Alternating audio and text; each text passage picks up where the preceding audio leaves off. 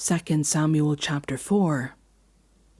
When Ishbosheth, son of Saul, heard that Abner had died in Hebron, he lost courage, and all Israel became alarmed. Now Saul's sons had 2 men who were leaders of raiding bands.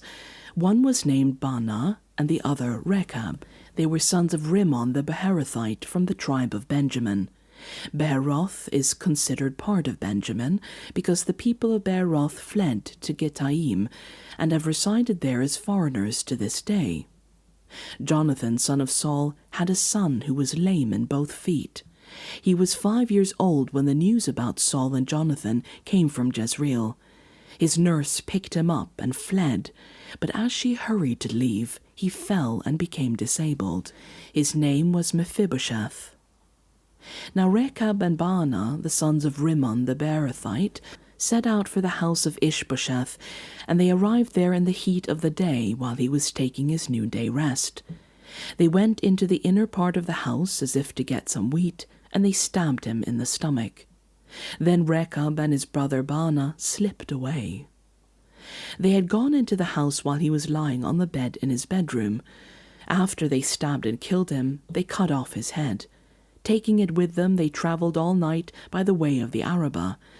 They brought the head of Ishbosheth to David at Hebron, and said to the king, "Here is the head of Ishbosheth, son of Saul, your enemy, who tried to kill you.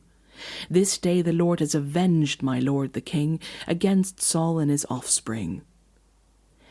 David answered Rechab and his son Baanah, the sons of Rimmon the Beerothite, "As surely as the Lord lives, who has delivered me out of every trouble, when someone told me Saul is dead and thought he was bringing good news, I seized him and put him to death in Ziklag. That was the reward I gave him for his news.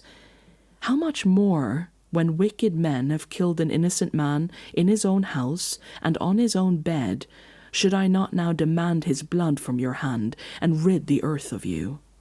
So David gave an order to his men, and they killed them. They cut off their hands and feet, and hung the bodies by the pool in Hebron.